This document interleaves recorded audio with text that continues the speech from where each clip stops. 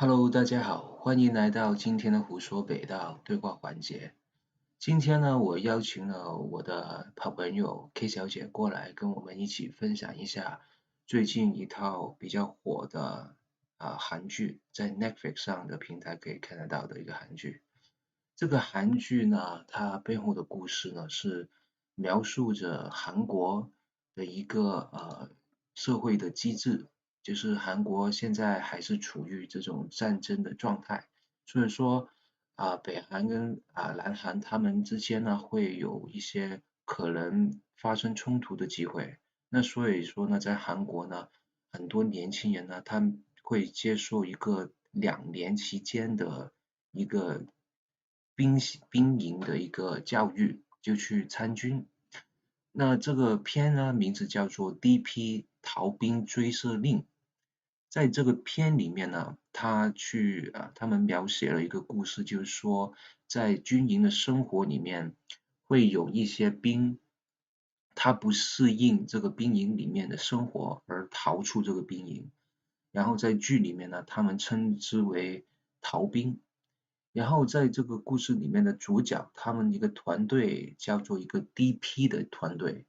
那 DP 的全称叫做 Deserter Pursuit。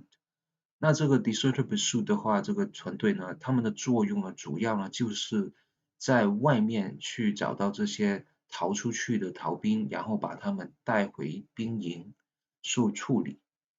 然后呢，在这个过程里面呢，他们的经历，他们展示出那些兵为什么逃出兵营，然后在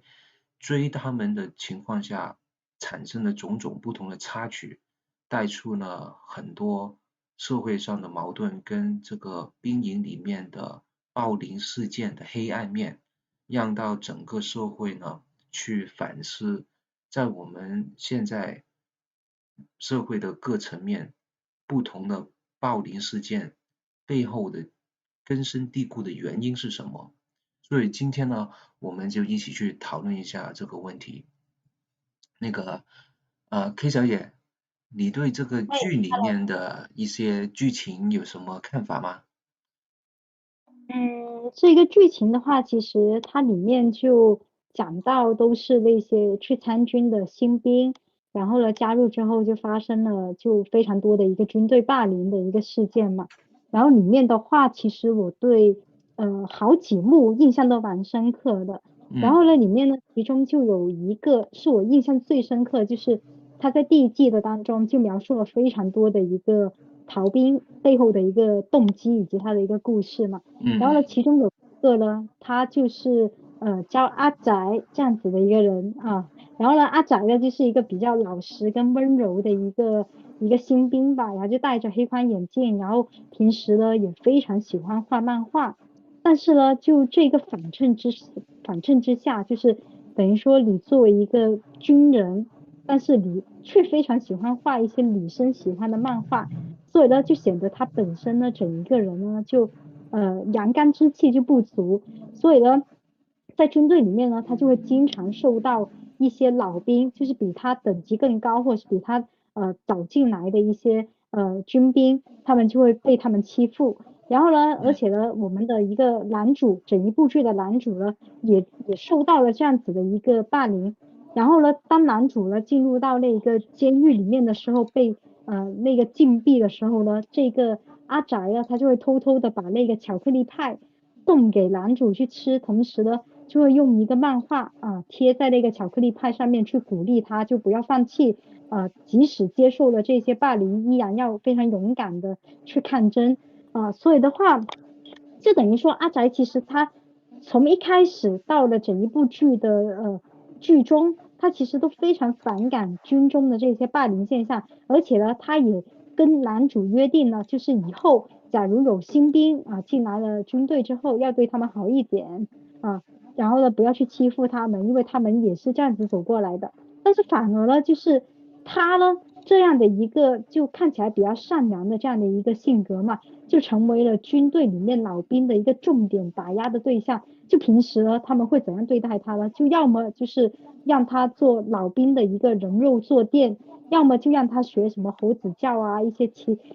奇怪怪的一些叫声。要么呢就用打火机去烧他的下体的那些毛发，要么呢就找借口去暴打他，用烟头去烫他等等，甚至是把他的头呢摁到那个墙壁上面，然后墙壁上面钉着一颗钉，就看一下他的头到底能不能触碰到那个钉，就反正各种的手段嘛，都非常残酷跟残忍。所以的话，阿宅也好，男主也好，在军队里面呢，都受尽了老兵对他们的各种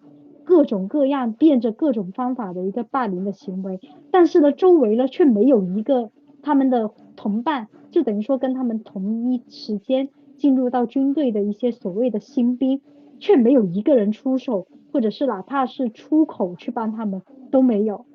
嗯，对对，我在看的时候呢，我也觉得很惊讶，就是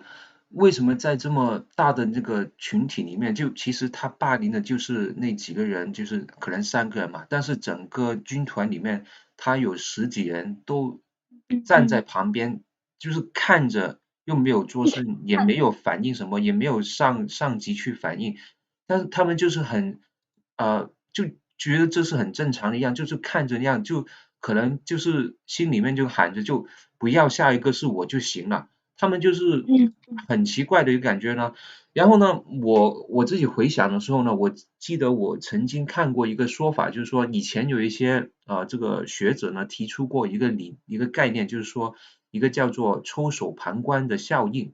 它是怎么回嗯，事呢？就是以前呢袖手旁观。对，嗯袖手旁观的效应，它是怎么回事？就是以前有一个案例，就是在大概1964年左右的时间呢，在一个地方，就美国有一个女子呢，她在下班回家的途中呢，突然间呢就被人家去攻击，然后甚至嗯去遭到了惨杀。但是在当时候呢，那段时间呢，周围也有很多那个路人，大概有30多个不同的路人吧，有男有女的。在这个整个事件发生了过了大概大半个小时之后呢，才是有人开始报警去说这个事情。但是当警方来到的时候呢，整个事件都已经完了，那个受害者已经死亡了。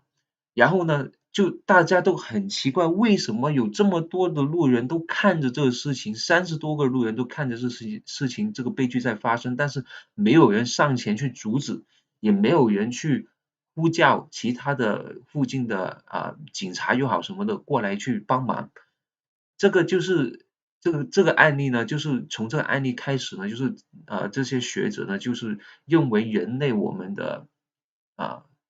就是有这种的不爱理其他人发生什么事，就是怕惹上麻烦啊或者什么的一种心理状态，让他们呢变成了这种袖手旁观的效应了。那嗯。对你对这个看法有什么补充吗？因为其实在我读小学的时候，其实也有遇到过相对应的，但是可能他当时的程度就并没有上升到说校园霸凌这么严重。但嗯是呢，你也知道说，在小学生比较叛逆的时期嘛，就大家肯定会打一下架，在校园里或者是争吵一下。就我也会发现说，即使在校园这种这么的日常的场景，其实都会出现你刚刚提到的袖手旁观的效应。就比如说，当你跟同学发生争执，或者是一些小男生，他们可能就是相互的就动手动脚啊，小打小闹啊，其实站在旁边的人依然也只是会眼巴巴的去看着，但是他们并不会做出任何的一个反应。这其实当时我有想过，就是首先我们要从旁观者的这个心理的一个想法去推敲，就到底为什么他们在旁观到一些霸凌事件，甚至是一些非常严重，可能会威胁到生命的霸凌事件的时候，他们可能依然会无动于衷呢？首先，我会觉得说旁观者他的心理啊是比较复杂的，就他会处于一个两难的一个纠结的一个心态当中。比如说，当你要帮助被欺凌者的时候，那你自己也有可能会被打就等于说你自己也会有可能被欺凌。但是你如果不帮呢，其实你心里呢又其实会有一个心里的声音，会觉得你是非常的懦弱的，而且呢，在嗯嗯帮与不帮之间呢，你就会非常的纠结。而这种纠结呢，其实在当下呢，你还好，就是不会这么的影响到你自己的心理。但是最严重影响到是在什么时候呢？就是当整一个事件已经结束了，当你可能已经回到家，或者是回到正常的一个班级里面去上课的时候，那过了几天，可能事后你心里就会有一个非常强烈的自责，就会觉得说，哎，我当时为什么要不帮忙？可能我帮了，会不会事情的结果就会走向另外一个方向？所以的话，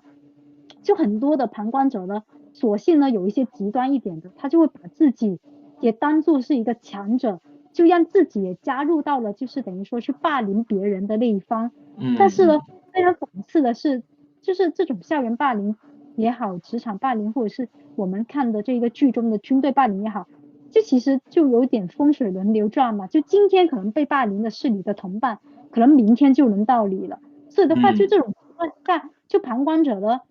就他们就会有一个非常主要的一个心态吧，就是他们其实大部分人往往都不会去参与到这样的一个，比如说去劝架或者去阻止别人啊这样子的一个行为，他们大部分人都是不会的，因为他们主要就是懦弱，怕被牵连、被卷入其中。虽然可能事后还是会有自责，但他们当下最直观或者是最第一的一个条件反射的一个心理的一个行为，就是我要去避开，我不要去参与，因为我怕我自己会成为整个霸凌链条的其中一环。而且呢，呃，我之前有看过一个专家的一个分析了，就他们说这种所谓的旁观者的行为啊，它其实是非常的有重要的一个意义的。就可能在我们看来，旁观者他只是哎，好像只是站在旁边看一下，他不会对这件事情有多大的影响。但那个专家就提出说，其实大家都错了。就这种旁观者的行为，其实有可能甚至决定了整一个霸凌事件最终的一个结局。因为呢，有调查就显示说，如果旁观者他能在现场产生一些积极干预的行为，比如说去有效的制止，或者是有效的去劝阻这种霸凌行为的发生的话，其实很有可能结果就会走向一个就等于说，哎，可能大家都没事，或者是大家可能小打小闹，然后就直接就去放过那个被欺凌者这样子的一个结局了。但是问题是在于，在我们的生活当中，像我们刚刚提到，大部分人其实都是会眼巴巴的就这样看着而已，而不会让自己卷入其中。所以的话，当这种行为发生完之后，其实对现场来说就会等于说带入了一个非常消极的一个结局，就不仅能使到就那个欺凌者觉得哦对啊，我欺负你又怎么了？因为周围的人好像也没有什么反应啊，就等于说好像默许跟纵容了我这样的一个行为，所以显得欺凌者可能会在整一个霸凌的过程当中，他甚至是更加的光明正大，更加的肆无忌惮。所以的话，就好像旁观者对他来说就像一种无声的支持，而且呢，在整个过程当中，旁观者这种他可能是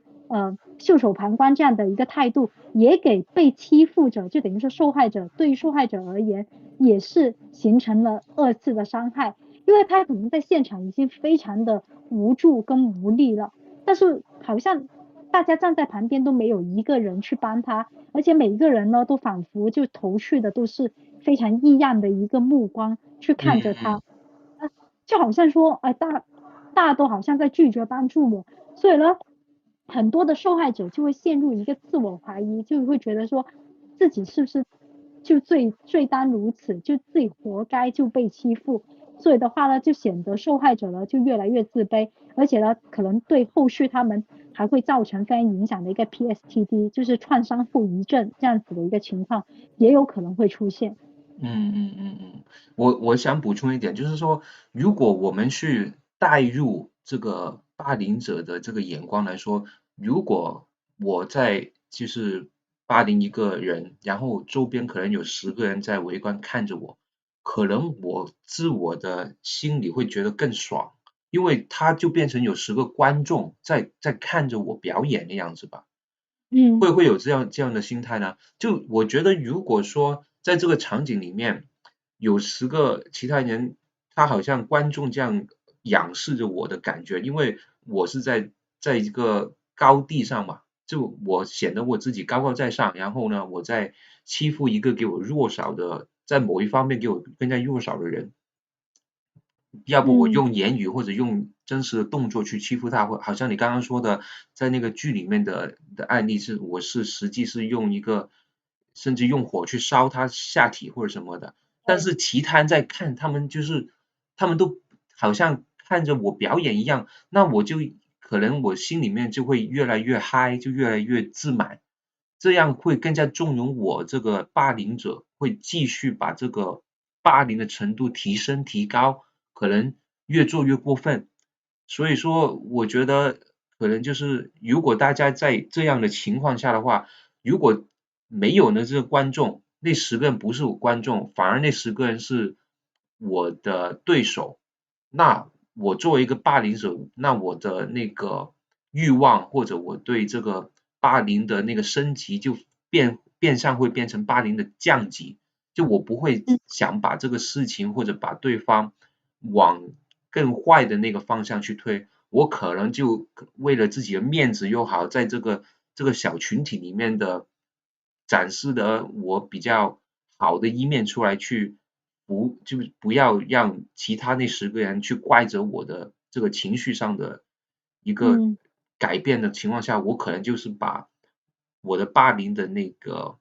心或者那种动作给压下来了。就可能其实就是那个旁观者，其实在这个整个系统性来说是非常重要，他们做的动作会直接影响到我身为一个霸凌者，我会怎么去处理下一步的一个动作，我会这嗯。样想。对，也有这个可能性啊，因为我觉得就是像你刚提到的，比如说当没有人去阻止我的时候，就等于说大家都默认了这个行为是正确的，所以对于欺凌者来说，可能就会我就会觉得说，第一，我有了观众，我要表现得更好；第二的话，就是可能大家都默许了我这样做，其实也在一定程度上好像就给予我支持，就好像大家都觉得我这样做法是没有问题的。大都是支持我这样做，好像我在行使一个很正义的行为一样，所以这个其实也会加剧整一个霸凌最后的一个走向。还有就是还有另外一个方面就是，我身为一个霸凌者的话，在这样的情况，我可能会感觉到，就是这批人给了我这个权利去做这个事情，知道吗？就是对呀，就你刚刚像所说的那认可，就是那样对，的话，就我自己的话，会感觉到我的权利会越来越大。那我得到这种权利的背后的支撑的越来越大的话，那我就会越做越过分，然后可能去到一个就是极端的一个状态了。嗯，对，也有这个概率的一个发生吧。而且呢，就是他后来呢，专家也有说到说，那到底这种旁观者为什么会这么的冷漠？他背后会不会有什么更深层的原因呢？就我们刚讨论的，可能所谓的那种害怕也好，或者是不想自己卷入也好，或者是怂也好，或者是等于说只是看着给予就是欺凌者支持也好，这些只是很表象的东西嘛。但后来的专家其实有分析到说，这种袖手旁观效应，它其实背后更深层的原因是由我们整一个社会的观念跟文化生态所决定的。因为我们可以想到啊，就是在整一个社会的生存的秩序当中，其实顺应大众，或者是跟风，或者是顺大流，保持跟大家一样的一个声音的一个输出，其实就是很多普通人本能的一个做法嘛。因为这一个东西对于他们来说是最安全、最保障的一个选择。但是问题是在于，其实不管是在校园也好，职场也好，或是我们这个 DP 这个剧中的一个军队场景也好，其实旁观者很多他都是跟受害者差不多年纪的一些年轻人，所以其实他们本质上来说，他们的心智的成熟程度跟面对这一个非常复杂的一个人际关系的处理，他们其实能力真的是非常非常的有限。所以呢，他们或多或少都会受到整个大环境的一个胁迫，所以在整一个这样子的一个呃大的一个社会秩序啊，大家都等于说去顺应大众、顺应潮流这样的一个大趋势之下，而他们本身的一个心智又非常的幼稚，所以的话对他们来说就是肯定会以自保作为第一要义。所以的话，事实上他们就是整一个旁观者，他们都没有办法去让自己真的去参与到这一个正义的行为当中，所以他们呢一般都会把自己放在一个局外人，让自己去免于受到伤害，所以背后呢就会有这样的一个袖手旁观效应的一个深层的一个原因。的确是的，的确是。然后这种旁观者的呃，就是他们会导致到一些非常非常坏的现象出现了啊。就事实上就是说，在韩国军队的确有很多真实的案例，就比方说在2014年的时候呢，曾经有一个二等兵，他就是遭到上等兵对他的殴打，然后呢，嗯他只是大概就20岁而已，然后就比较细小的一个人，然后可能就是因为这个他自己的形象外表，让其他的老兵就看不上他，就欺负他，然后真的活活的把他打死了。那嗯结果的这个事件呢，的确对韩国当年也是有很大的那个社会上的反应。然后其实我们现在说的这个剧也是跟这个事情有关的，就是大概也是2014年出现，然后到那个时候呢，就令大家呢去关注了在这个兵营里面的生活一些不同的看法啦，包括不同的那个霸凌事件。所以说也是就是这个剧也是很好的去展现了，就带出了一些我们平时比较少关注的一些社会上层面的事情的。嗯嗯那我觉得呢，我还有另外一个观点，就是我在看这个剧的时候呢，就感觉到就是说，那个就好像你刚刚所说的那个案例啊，就是之后它的发展是怎么回事呢？在剧里面呢，它有一些新兵就过去了1年后或者什么的，就升成了老兵，就是从2等兵变成1等兵了这样的一个过程。但是呢，当他们变成了所谓的老兵之后呢，当另外一批新兵过来的时候，加入的时候呢，他们也会用同一样的方法或者类似的一些习俗的方法去欺负新来的那批兵，就好像说我们看到整个过程就是他们以前是一头羊，但是呢，过了一段时间之后呢，慢慢的他适应了这个氛围，学习到了这种手法之后呢，把自己呢变成了一头狼，然后呢再欺负一批新进来的一批羊，所以说这个也是我觉得很奇怪很奇怪的一个现象，就我不明白为什么他们是愿意去就这样去把这个恶性循环继续下去呢？就是为什么不可以停止呢？因为他们已经成为了那帮所谓的老兵了嘛，所以说他们是有权利的去停止不让这种事情再发生下去，但是他没有，他反而把自己变成了一头狼。那你对这个是有什么看法呢？嗯，我会觉得说，其实就你刚刚提到的嘛，就为什么说从羊变成狼，我会发现说，其实有一个很社会的一个现象，就是其实不仅是军队里面的他们，我觉得是社会底层的人，其实都会存在这样的一个情况，就是同时是羊，也同时是狼。他们的最根本的区别在于，如果遇到比他们更凶的猛兽的时候，就他们就会显示一个羊的样子；而遇到如果比他们更弱的人的时候，他们就会显示一个狼的样子。因为我是读中文的嘛，其实之嗯嗯前的话，鲁迅先生就曾经有一句话，我就觉得把这一个就描绘的非常的等于说贴切今天的这样讨论的一个事情，就是他就说到说欺负社会底层人最狠的，其实往往就是底层人。就我嗯们可以看到，就不管是 DP 里面的剧也好，或是我们社会当中的现象，就其实就人性当中就存在着这种所谓的欺善怕恶的阴暗面嘛。就等于说嗯明明我们大家都是，比如说我们都是社会比较偏底层的阶层的人，比如说我们都是送外卖的，但是却要就是我们之间就要互踩互坑、勾心斗角，争个你死我活。就反而就是让强者变得更强，弱者变得更弱。因为我们之间都是弱者，但我们却残害的还是比我们更弱的人，就有点像自己人杀自己人这样子的一个进入到这样的一个恶性循环的一个怪圈里面吧。对的话就蛮奇怪的。就回到剧中，就比如说像阿宅，他本来是一头羊嘛，就等于说他被老兵欺负，然后呢，他都是等于说都是不出声或者是很害怕这样的样子。但当他成为了老兵，遇到了比他更新的一个新人的时候，他反而变成了一个狼，他也去把当时别人用在他身上的东西全部的用在了新人身上，甚至是比当时他受到的欺负更狠的手段去对待新人。就他其实也是跟这一个的现象一样啊，就是等于说他为什么要这样子去做？因为他就会觉得说，当时我接受过这样子的一个惩罚，我也要用同样的手段去惩罚别人。就也是说，社会底层的人欺负底层人，弱势的人欺负比他更弱势的人一样的道理啊。而且就是我们会回想到这种他们为什么这样做的一个行为背后的心理，其实就是在于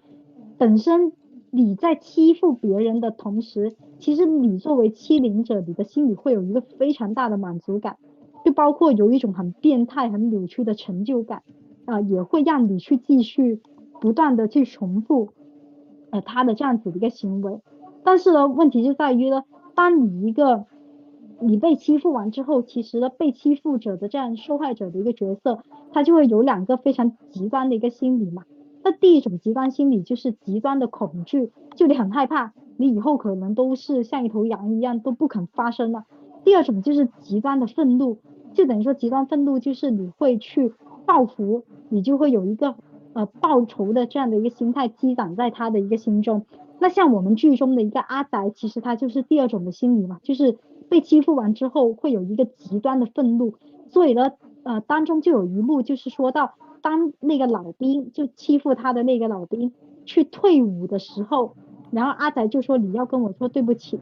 然后呢，即使对方很敷衍的道歉完他之后，阿宅还是选择了逃出兵队，然后去用他自己的手法去报仇报复，然后想去仇杀当时去欺负他的这样的一个老兵。所以阿宅其实就等于说他产生的就是第二种的极端的心理吧，就他这种等于说积蓄已久的这种被欺负的这种愤怒的情绪就会压在他心中，然后突然间就会爆发，然后呢就要把对方置于死地啊，这样子的一个相当扭曲而且相当极端这样子的一个结果就会出来了。嗯嗯，我反而觉得他不是就是他应该计划了很久吧？我觉得他一直被欺负，然后见这个老兵退役的时候，就是因为他可能就是以后没办法就没有机会再见到他嘛，所以说当他离开的时候，他就希望他在最后一次见面的时候，就是要他就是诚恳的向他道歉，但是那个老兵没有做到。就是因为他那个老兵没有做到，而导致到激怒了他更加的想对这个报复这个老兵，所以说才决定了逃出这个兵营，然后想去暗杀这个老兵这样一回事。但是呢，嗯嗯，的确也是非常极端的一个案例了。心理。但是他这个，但是我作为一个观众来说，在看的过程，我也觉得他的这个行为或者他整个故事比较合理的。就是如果我是这个人的话，我可能也会这么极端的去报仇，因为我没办法，因为我是每天都要受到这样的欺负，然后我受到这样的欺负对我是非常不公平的，因为我什么都没有干，我不是一个坏人，那为什么要这样对待我呢？可能就嗯是这种心理的这种压抑，就一直的往这个极端的推嘛。然后可能身边，因为他整个故事里面，他身边也没有太多的人可以跟他去做这种沟通，或者这种心理上的辅导，什么都没有，因为在这个军营的生活里面就没有这些东西，所以说其嗯实他每天活在这种这么极端的压抑中，我觉得他最后选择用这种极端手法，也是可能也是比较合理的发展的。但我回想的话，那我觉得呢，就除了这个案例之外，还有另外一个案例呢，非常触动我的内心，就是他在另外第二季的时候呢，它里面有个故事呢，就说一个男人，那个男性，他是一个同性恋者，他应该是属于我们现在比较流行说的这个 LGBT 的一个角色，就是这个嗯故事其实也是说一个 LGBT 的一个故事了。他呢就是在兵营里面呢受到非常不好的对待，然后他在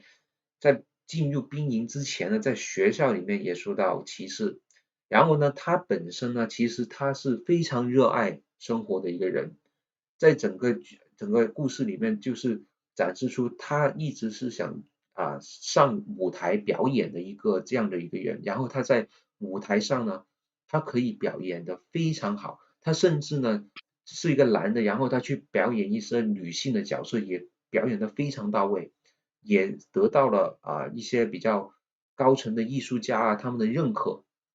嗯但是呢，他在他的群体里面，就是他们的同龄的那个群体人里面呢，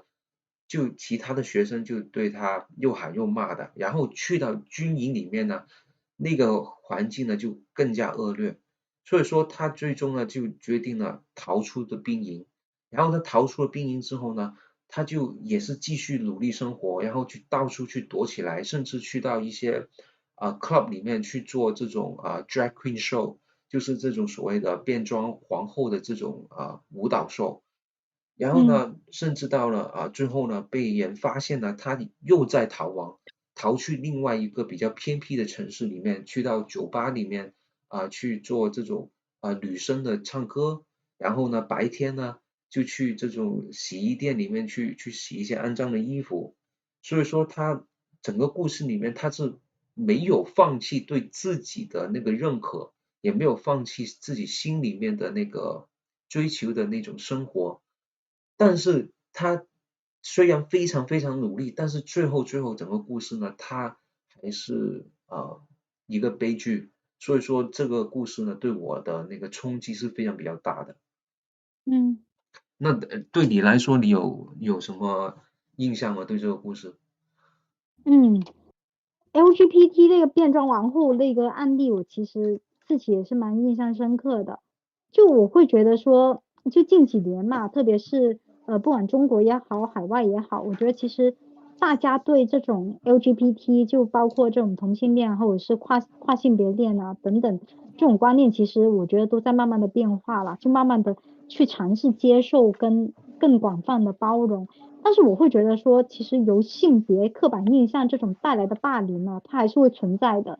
就我会觉得说，可能还是有部分的人会不了解吧，或者是在他们的成长跟教育过程当中，可能并没有非常的普及到位这种就是不同性别这种多元化的性别当中，可能就是大家应该以怎样的一个角度跟态度去对待。所以的话就会导致说现在很多霸凌行为其实它的根源啊，很多都是来源于性别这种对性别的这种恐惧，以及对性别的这种刻板印象而带来的。那么最常见呢就是有两种，第一种就是同性恋恐惧症，第二种就是厌女症。那么同性恋恐惧症呢，就是在国内的话，我在中国我之前有接触过，就是说可能很多人，特别是可能在读初中或者是高中的时候，大家每逢听到身边有朋友或是有同学他们是同性恋呢，就大家可能第一时间还是会觉得很害怕，就很害怕，就会总是还是会把一些标签贴在他身上，比如说会嗯觉得说，这个男生怎么他穿裙子啊，或者是这嗯个男生他怎么留长头发，大家就会还是会用很异样的眼光去看着他，或者是会觉得他就是跟自己不是同一类人这样子的一个标签来划分。那么在校园当中，其实这种现象就会更加明显了。然后大家就等于说，学生之间可能就会以这种同性恋这种标签就会区分不同的一个同学，他们就会分成不同的流派，就可能呢就会导致成了后续很多的一些校园霸凌事件的发生，比如说觉得我跟你不是一类的，然后我就等于说我歧视你，或者是我觉得你做的很多行为我就不喜欢，我就觉得好像你对我造成了非常多的干扰，就等于说这种同性恋的恐惧症在校园当中是非常的常见以及非常的严重的。但如果在社会当中，我会觉得反而还减轻了不少。就比如说像我们现在在国外也好，或者是在国内也好，我们在大街上可能如果见到一个男生他穿裙子，或者是看到一个男生进入那个女厕所，或者是看到一个男生留长头发，其实我们都会觉得还算是一个比较正常的一个事情了，就等于说只是会尊重对方。但你在校园当中的时候，特别是在小朋友这么小的一个年纪当中，他们很大可能就会觉得跟我不一样的人，他们就是另类的，他们就是不正常的，他们就会把对方贴上了各式各样的标签去进行一个区别的对待。那么第二种呢，就是一个厌女症。那么厌女症呢，其实在今年呢，特别是非常多国内的一些网红博主，他们都会提起这样的一个东西，就厌女症。那厌女症呢，就会有两个方面，第一个方面就是有点像就是女生讨厌女生的一个根源在于就是对方比你更优秀，就比如说对方的一个身材比你更好，对方的一个长相或者是对方所获得的一个异性缘比你更好的时候，那很多人就会产生了这种所谓的厌女症啊，就会导致说产生了一种等于说内心的一种霸凌的心理，就会觉得说你等于说你穿的这么性感，或者是你身材好，然后上大街之后你被别人骚扰，就是你活该，或是你长得好看，然后被别人渣了，就被男生渣了，被男生出轨了，就是你活该，就等于说大家就会有这种很很扭曲的一个心理，就会驾驭比自己更优秀的女生当中，就会产生这种所谓的厌女，就是女生讨厌女生这样子的一个很奇葩的行为。然后第二种的厌女症呢，就会出现在就在于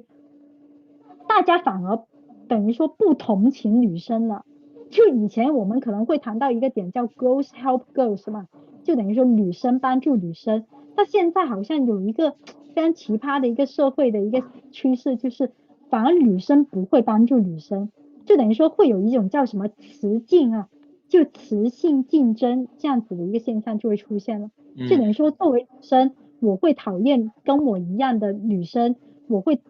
怕她跟我竞争，我会怕她跟我抢同一个工作岗位，跟我抢同一个男生，或者是跟我抢同一个可能是机会等等，就等于说就会出现这种雌竞的一个行为。那其实很多专家也会分析说，不管是刚刚提到的那种可能是女生去妒忌女生，从而形成一个非常奇葩的一个内心的一个扭曲的行为也好，或者是这种所谓的不健康的雌竞的一个现象也好，大家都会觉得，就专家都会觉得说，这其实就是一个现在当下一个新的社会时代的一种霸凌的行为，只是你这种霸凌可能不像一些军队，或者是不像可能在校园或者是在过往的一个社会当中，可能是要通过打架或者是斗殴这样子的行为形成的霸凌，但是其实在女性的一个心目当中，已经形成了这种霸凌的一个心理的一个行为的一个发生了，所以的话就会导致说会有非常多的一个现在社会上各种很扭曲的一个现象的一个发生。的确是你刚刚所说的，其实有几大点我真的非常认可，就是其实大多数这种情况或者这种东西发展的有种根源嘛，可能说其实就是大家对对方的认知不到位，可以这样说，就好像 LGBT 的，其实大家就不知道或者对呃不同性取向的人他的那个定位跟他那个了解有不同的误区，而把这些误区全部叠加起来，就产生了不敢对他们跟他们沟通啊，或者不敢去跟他们认识了解。然后另外那种就好像你说的那种女生之间，甚至其实男生与男生之间也会有同样情况，大家就是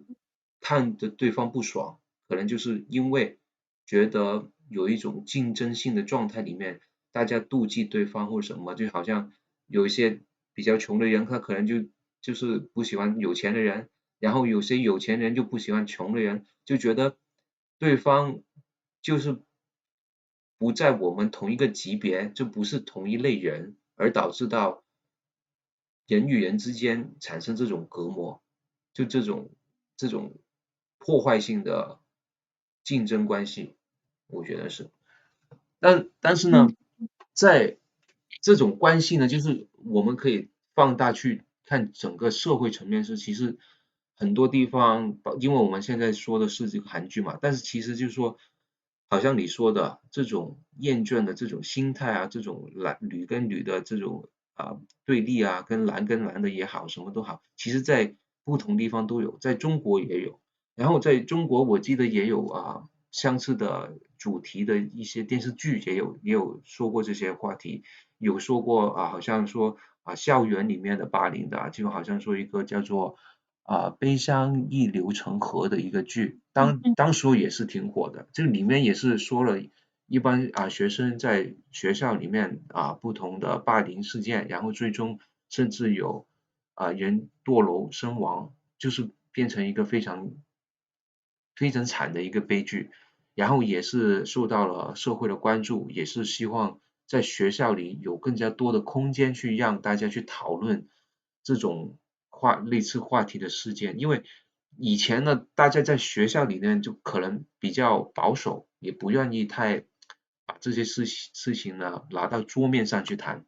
那但是最近呢，我是看到了，因为有不同的电视剧呢，大家就更愿意拿这些事情去谈去交流。那其实这个是对整个社会的发展是非常好的。另外呢，一个呢就是台湾最近的比较火的一个剧，就是叫做《人选之人造浪者》。这个呢就比较特别，它是说在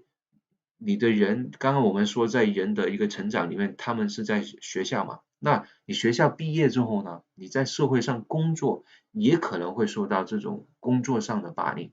他那个剧的说呢，就是在女性的角度，就是说女性在职场上受到了上司对她们的霸凌，就直接变成从霸凌去到了这种性侵犯，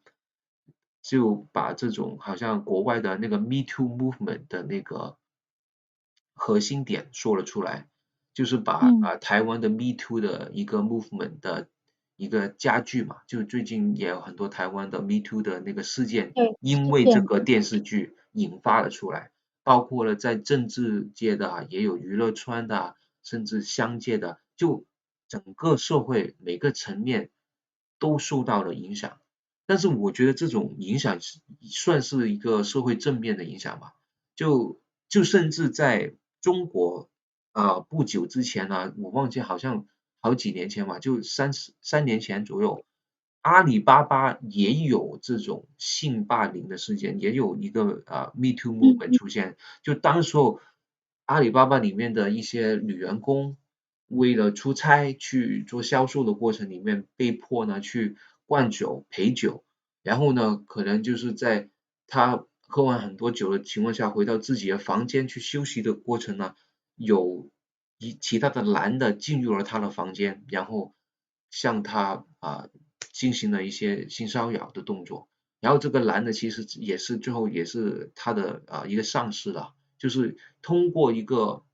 权力的一个不均衡而导致到这种现象发生。所以我觉得就是我们今天的主题是引发，就是因为看了不同的电视剧，然后我觉得这些电视剧拍得很好而导致的，所以我觉得以后应该多出这种类别的电影又好，电视剧又好，可以更加让大家去多了解这类别的事情，不同的霸凌事件，就从 LGBT 的角度来说也好，从这种不同身份地位的人的不同的看法来说也好，从这种男性跟女性的这种隔膜来说也好，就是甚至是也回到这种童年的在校园里面，我们成长过程里面的一些事情来讲也好，我觉得就是越多人去讨论，这样的话整个社会的进步就会越快。嗯嗯，对，的确是。嗯。那你觉得怎么去看这个核心原因呢？这种霸凌事件的核心原因呢？在你的想法是怎么样的？其实在我的观念当中，我觉得所有的霸凌其实它的本质都是权力的不平衡导致的，嗯就等于说，因为权力的不平衡，一旦权力的拥有者他拥有了一个权力在手上，然后他不合理的利用了他的时候，那就有可能对弱势方形成了对应的霸凌。比如说像我们的职场当中，对吧？那权力的不平衡就体现在哪些方面呢？比如说像上司对下属，对吧？或者嗯是男员工对女员工，其实都是权力的不平衡的，那就会形成职场上面的霸凌。比如说像刚刚你提到阿里巴巴那个事件，其实就是上司对下属的一个员工嘛。还有就是很多其实在职场也有很多的性骚扰嘛，就是男性对女性员工，即使他们是平级的，那可能也会存在着对应的一个性别带来的权力不平衡啊。然后呢，而且呢，这种霸凌事件呢，也不仅是在国内，那西方国家也一样的，只是说可能它的权力跟亚洲地区相比较，它的表现形式不一样而已。那在校园其实也一样啊，校园的权力不平衡就体现在老师对学生啊，或者是嗯高年级的学生对低年级的学生，那也是会出现的这种权力不平衡，而导致了非常多的霸凌，比如说像打架啊、斗殴啊，这些是最常见的嘛。还有就是比如说老师对学生的性骚扰，那也是有频繁出生的啊。包括在现在国内的一个很多新闻报道当中，其实近几年来吧，就学校当中老师对学生这种性骚扰带来的一个霸凌行为，其实也越来越多的频繁发生。所以这个也是其实背后也是权力的不平衡这个非常大的一个核心去导致着吧。而且呢，像我们这种啊，就比如说像中国、日本、韩国都属于亚洲地区嘛，就我嗯嗯会觉得说，除了刚刚我们提到的权力不平衡以外，我会觉得我们还有一个很畸形的一个东西叫尊卑等级秩序。那这种东西其实也是在导致了我们非常多霸凌行为发生的一个其中背后的一个非常深层的一个原因。因为它除了建立在权力这种权势的基础之上，它还叠加了长幼、年龄、辈分啊这种所谓的尊卑等级啊这种秩序上面，所以呢就会显得更为的极端了。比如说像我们刚提到的，像你高年级的学生，因为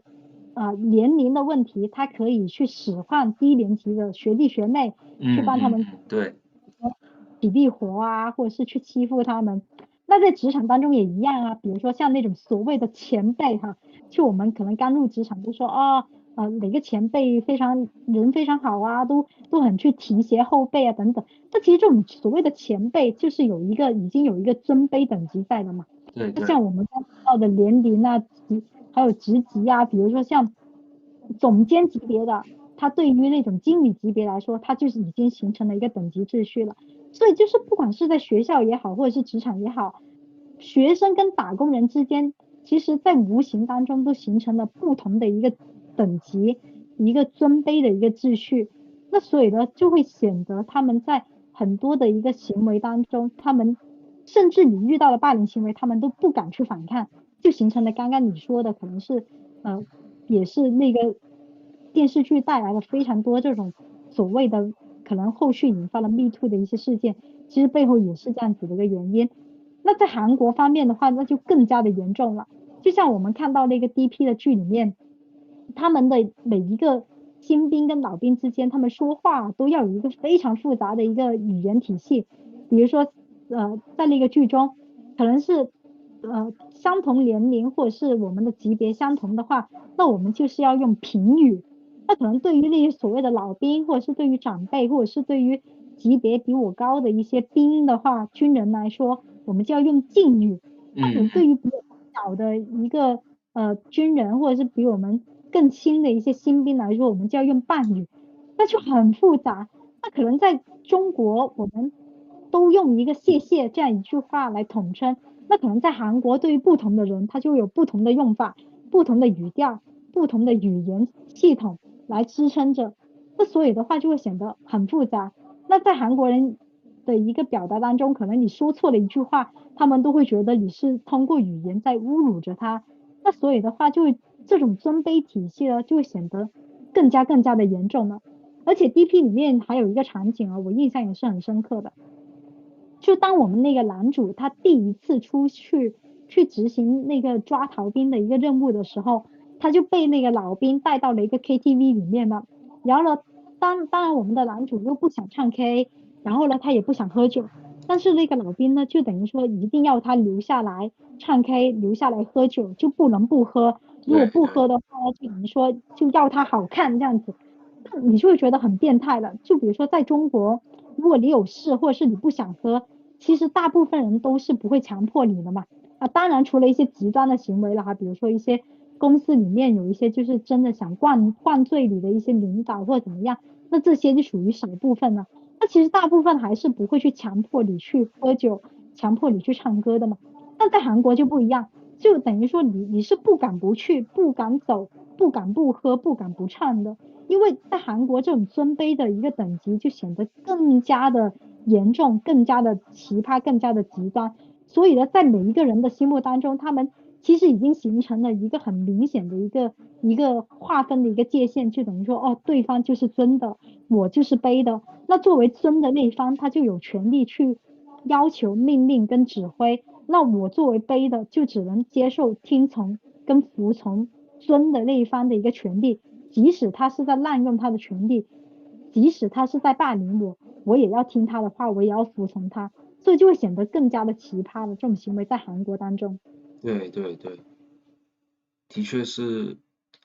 非常极端化，他们的那个语言体系啊，跟这种传统观念上，导致到把整个整个事情就往更加极端的那边推了。就霸凌的那一方，就是如果是老兵的话，他就更容易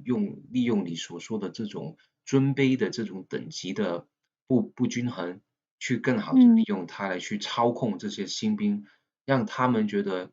就是应该这样子。就这个氛围就是合理的，在这个军营发生的一切都是按着我说的算。其实这个也就是为什么他们就是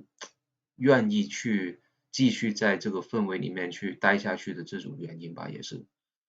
嗯，对，也有这个可能。对，然后呢，我觉得你刚刚所说的那个 Me Too 啊，其实呢，因为呢，这个 Me Too 这个东西，就好像你说的这种男女的这个权利的不均衡而导致的，各方面的性骚扰事件或者什么的，在北美呢，就是有一些事情，就是说，因为这个 Me Too 在北美应该发生的比较，这个 movement 就发展的比较早，然后呢。现在呢，大家都比较适应了这个东西，但是呢，最近呢，就大家就反思，就是说这个 Me Too 的这个东西，到了现在，有时候呢，有可能呢，已经过了，就是把那个度过了一点。为什么呢？就是说我们现在发现有很多人可能会利用着这所谓的 Me Too 的这个标签，这样东西去帮助自己得到一些他可能得不到的东西。就比方说，因为这个 Me Too 的movement 的扭曲，现在很多在北美工作的这种男性，他呢可嗯能呢会很害怕，就跟另外一个女同事在一个单独的空间里面去工作，可能是在开会或者就是自己做 project 的时候要单独跟另外一个女性工作，因为他们就害怕那个女性会利用所谓的 Me Too 的这样东西去陷害他，然后就造成了就男性跟女性的那个产生很大的极端化的隔膜。也有一些就是说，甚至他们连出差都会拒绝。就如果是一个男跟女的需要去出差，他们是一个代表一个团队的去工作，他也不愿意，就那个男会拒绝，就会怕嗯惹祸上身，你知道吗？所以说，他整嗯嗯个现在把这种 Me Too 这种极端化到整个社会的不协调。然后呢，最近也有一个非常著名的案例，就是说一个好莱坞的一个很出名的那个男明星叫做 Johnny Depp。那 Johnny Depp 跟他那个老婆叫 Amber Heard，他之前呢就打了官司，这个官司呢就是他的老婆去告这个 Johnny Depp 在这个婚姻的过程里面呢受到了很多霸凌的对待，甚至去到一些精神上的招摇跟那个肉体上的伤害，去告 Johnny Depp 告上庭了。然后呢，一嗯开始的时候呢，大家呢就是很自然的都会觉得这个男的是错的，就 Johnny Depp 是一个坏蛋。但是这个案件呢，一直调查了，过了好几个月之后呢，在这个呃过程里面呢，就很多不同的新的东西发现了，然后慢慢一步一步的，就是把整个案件呢清楚的展现出了给所有人去看，大家才发现原来是那个他的老婆设计了一样又一样的不同的陷阱，去陷害这个 Johnny Depp，让他看起来好像是他在霸凌他老婆的样子。然后嗯到了最后呢，就把这个事实呈现出来之后呢，大家就开始唾骂这个 Amber Heard 这个女的，她的前老婆，而导致到呢，大家那一刻呢，就是整个社会就是发生很多声音，就说你看你们这帮什么女权的把这个 Me Too 玩过火了，现在大家无论发生什么样的事情，就不用经大脑，大家就会对号入座的把这个男性说是他是一个加害者，然后女性的一定是个受害者，就不大家根本想都不会想就会下定论，就是已经把整个社会变成极端到就非黑即白的，根本大家就不会去讨论这个事件背后究竟发生了什么细节，他为什么引导了这样的事情发生，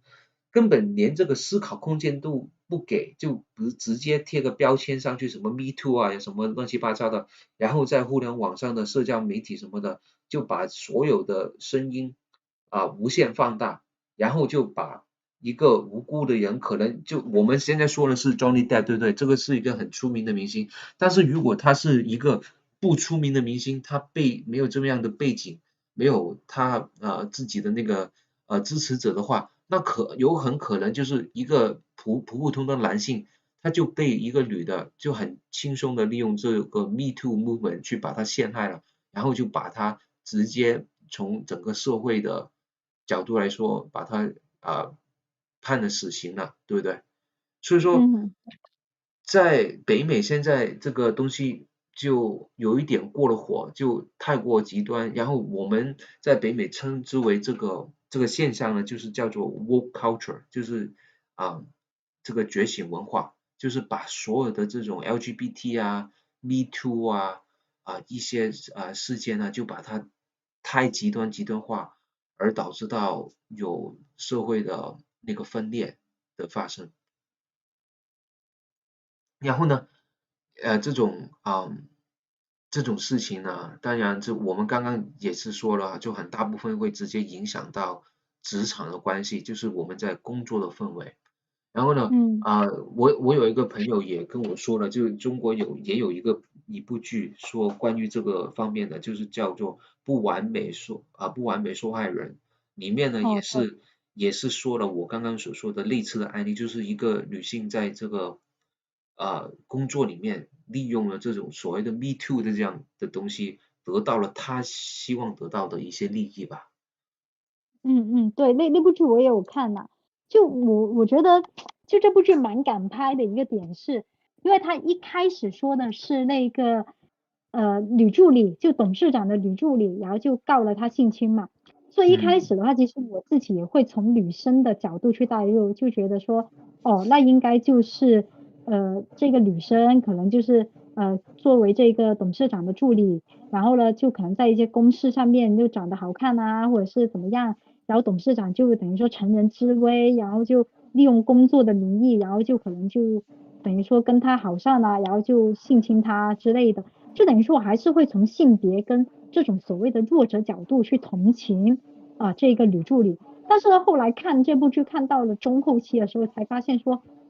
哦，原来事情不是这样子的，而是呢，因为所有的人都站在他这边，包括警察也认为说，哦，他是因为害怕，所以才不敢发声，而且呢，他有可能就是，即使他在现场，可能也不一定是这么明确的拒绝，啊、因为他也怕说会被因此丢了一份工作等等之类的。到后来才发现说，原来他是一开始就已经有目的性的去走这样子的一条路，就包括他们公司的人就会反馈说，哦，他刚作为一个实习生进来，还不到3个月，就走了别人5年的一个晋升之路，他的嗯薪资呢，从一个可能几千块钱的实习生待遇，一跳了5级，就去到了比如说几万块钱这样子的一个级别，而且呢，董事长还专门给他开了一张黑卡，里面就是有50万的额度任他刷的。然后大家都会觉得说，其实，在公司大家已经默认了他就是这一个董事长的一个女朋友这样子的一个角色，就等于说他得到了那个董事长的喜爱，然后呢，职场也一步当天然后呢，他也对他曾经那些跟他一个级别或者是跟他比较好的一些同事也不理不睬啦，就等于说有点就是自己发财了不认人这样子的一个情况。然后入职3个月就买了36件奢侈品，然后总价值将近100万这样子的一个级别，然后大家就会慢慢的去揭露他，哦，那一系列的行为看起来好像并不像说你是因为害怕，然后因为怕没有个工作，所以才不敢发声，而好像你是非常享受这样子的一个过程，你享受着被董事长包养，享受着跟他发生各种性关系这样子的一个过程，你都是没有拒绝，并且你是觉得这反而会成为你职场的一个跳板的一个谈资，所以大家就觉得说，那你为什么你又还有什么资格去告别人性侵呢？所以后来才嗯揭示了一个真相，就是说，哦，原来他是靠着董事长一步一步的上位，并且他也非常的主动跟自愿的去跟董事长发生性行为，但是因为那一次发生了性行为之后，他走到了楼下，结果被记者拍到了。然后去曝光了他，然后大家都觉得他是小三，觉得他不要脸，他为了挽回自己的声誉，他才去举报对方性侵。那如果没有这件事情，其实他就不会去举报，依然去走回他那条就是平步青云的职场之路。所以从这部剧我就会发现说，哦，对哦，就真的像他的名字一样，不完美受害人，就会觉得说很多的所谓的受害人，可能我们会带入性别，从而去认为他有一个先天性的一个定位，他就等于说在这件事情当中，他就理应是一个弱者，他就理应是一个受害者的一个身份。其对实并不是啊，就是就像你刚刚举到的那个例子，其实所谓的霸凌也好，所谓的这一个各种的一个等于说霸凌行为，不应该是从所谓的性别的一个角度去区分到底谁就有可能被谁欺负，而应该是更从一个真相、更从一个证据的一个角度，然后去还原整一个霸凌行为的一个真相。因为有些时候性别女不一定他就一定是处于受害者的那一方，那同理可得。虽然我们刚刚说到了，霸凌行为的背后是权力的不平等。但也不代表着这个世界上所有被霸凌的人都是弱者，有可能他对对。是一个强者，只是被弱者给霸凌了，也有可能。所以的话，这一部剧其实也让我从另外一个角度去看待了职场霸凌的另外一个可能性。对对对，说的很好，的确是这样的。我就觉得，就是有时候我们现在生活的社会就是太极端化了，就是不是对着就是错的，但是可能呢背后其实有很多不同的因素造成了那个事件的发生。所以说，如果我们真的应该多用心去了解多一点的话，可能那个看的角度跟那个得出来的结论就不一样。然后呢，嗯我觉得呢，就是我们说了这么久，我可以说我自己认为啊，就是这种所谓的霸凌的这种成长跟心态，跟去到就是从学校就小时候可能经历过，去到职场也可能经历这样的一个过程，这种事件呢，我觉得应该有更好的方法去解决，更好的方法去防止这种霸凌行为，应该就从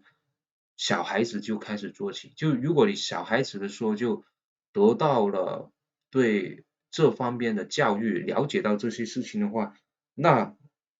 我希望是就你小孩子在校园就停止了霸凌，那你就不会产生到以后在职场上会出现霸凌。我是希望这个社会是这样往这个方向去做的。嗯嗯，那你呢？就等于说，你怎么说？嗯，你说。就等于说从小就引导他对这种呃多元性别的一个尊重跟理解。对对。嗯，我觉得的确是啊，就像我刚刚提到的校园霸凌嘛，就等于说你遇到一些可能跟你不一样的人，就包括性别也好，或者是种族肤色也好等等吧，就反正如果从小时候开始引导小朋友，对于跟自己不一样的人，他其实只是不一样，但是他并不代表他不正常，或者是他是另类异类的话，其实小孩长大之后，他对于职场遇到相对应的一些行为，或者是在生活上面遇到的各种现象，其实他就会有一个更好的一个处理方式，就他可能就不会用霸凌这个手段去解决，而是用尊重、理解或者是其他的一个角度去看待。嗯嗯嗯。的确是，我就是对我来说，我如果就做个总结吧，就我因为生活在北美，那在北美这嗯边呢，他们的文化上呢，特别是最近这几年呢，就是他们就很推举这种所谓的 inclusive culture，就是有包容性的这种氛围，就让就是比方说在学校里面，他会教育小孩子里面就是不同的人种，不同灰色的人种啊，他们有不同的可能这个背景，有不同的那个文化，他们应该多交流、多了解，就从小就开始了解，就可能就几岁大的时候，就让他认识到这世界上有这样的人，有那样的人，有不同的人，他们可能有不同的想法，那个想法是根源在哪里？为什么一些人会喜欢呃自己这同性别的人？为什么一些人不喜欢？然后就是通过这种交流交谈，就家长在家庭里面对小孩子的这种所谓的 open mind discussion，就是开放性的去跟他啊、大家去讨论，就因为那个小孩子也可以有他自己的一些想法，或者他有自己的一个问题去反思这些问题。所以说，如果我们作为一个家长或者大家有小孩子的话，你可以尝试一下在家里面就慢慢的跟他去说一说不同文化的人的故事，就比方说一些黑人的一些他们的历史、他们的故事，那个黑人为什么他们皮肤黑色，当时为什么受到其他人的霸凌？然后也可以嗯说说白人的故事，那个白人的为什么他就觉得自己是一个高级的一个高高在上的存在，他背后有一些什么背景故事历史导致到他们会有这种心态。然后为什么中国人他们有怎么样去看待这个世界的？为什么有亚洲人他们这么尊重这种比他们老一辈的人？为什么这种尊重可能反过来最后变成了一种对他们的枷锁？就是种种不同的世界观，需要在小孩子比较年轻的时候成长的过程，就慢慢的跟他去引导他去了解更多。这样的话呢，就会导致到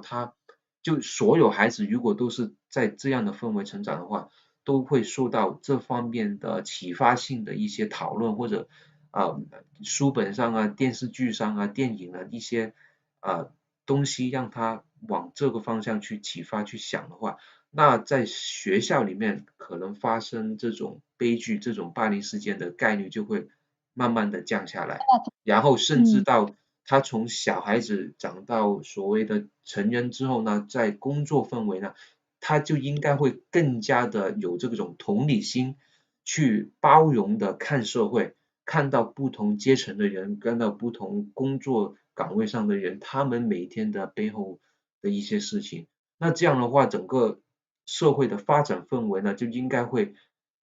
越来越正向吧，越来越阳光吧。我希望的是看到这样的一个发展的趋势。嗯嗯那你呢？你最后还有什么要补充一下吗？对这方面，K 小姐。嗯，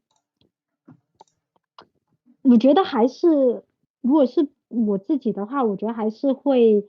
嗯，从本身学校这个角度去出发吧，因为我觉得还是从一个基础上，如果学校跟家长能够去更好的去让孩子认识到这个重要性的话，我觉得他们长大之后才不会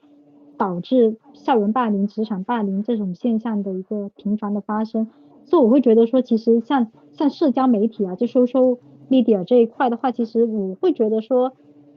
各大平台其实也有这个责任去做对应的一些正确的引导，因为你可以看到，就现在小朋友啊，就不管是国内还是海外，其实他们都基本上很小就拥有了自己的一个智能手机嘛。那其对实虽然说在国内现在会有一种叫青少年模式，就比如说当一些社交媒体上出现一些暴力、色情或者是一些就等于说比较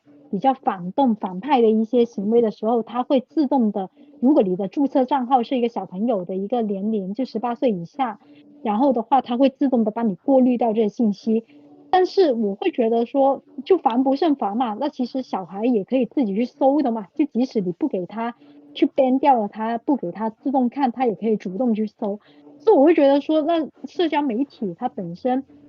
现在的用户越来越低龄化，那像比如说像海外这种 Instagram 啊、Twitter 啊等等，那我会觉得说各大平台其实都有这样的一个责任去引导小朋友在社交媒体上面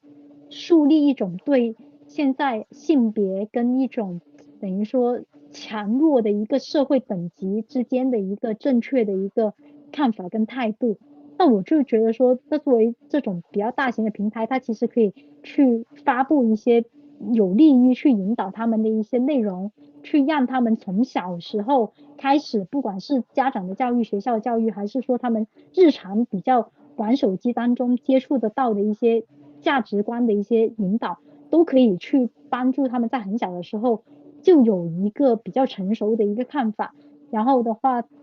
在他们长大之后，才有更大的可能性去接受，或者是以一个更包容的态度去接纳所有的不同的现象跟不同的人。所以我会觉得说，社交媒体这一块其实也是我们可以去思考的一个点嘛。我绝对认同。我觉得就是现在互联网的各大平台，如果可以的话，应该是多做一些这方面的推广，我绝对认同的。那么好了，那我们今天就聊到这里了谢谢所有的观众朋友。那如果你们身边有一些人受到了霸凌